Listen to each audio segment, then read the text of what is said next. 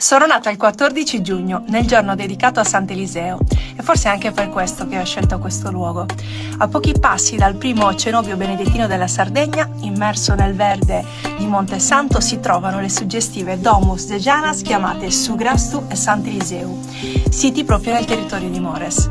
Sono state scavate in un masso calcareo isolato, dalla particolare forma tronco piramidale rovesciata. Custodiscono due tombe sovrapposte che vi faremo vedere, una inferiore rivolta a est che si apre nella prima luce del giorno e una superiore orientata a nord, dove il vento porta con sé memoria e mistero. Questo grande masso ha attraversato epoche e civiltà, vivendo tante vite diverse. Prima tomba preistorica del Neolitico, poi riadattata dai Romani fino a diventare una chiesa bizantina dedicata a Sant'Eliseo. Questo è un sito che ha cambiato forma senza mai cambiare anima.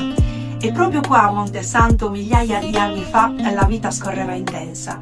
I popoli antichi sfruttavano le valli ricche d'acqua, le colline morbide e il fertile paesaggio diventava casa e poi, come vedete qua, una eterna dimora.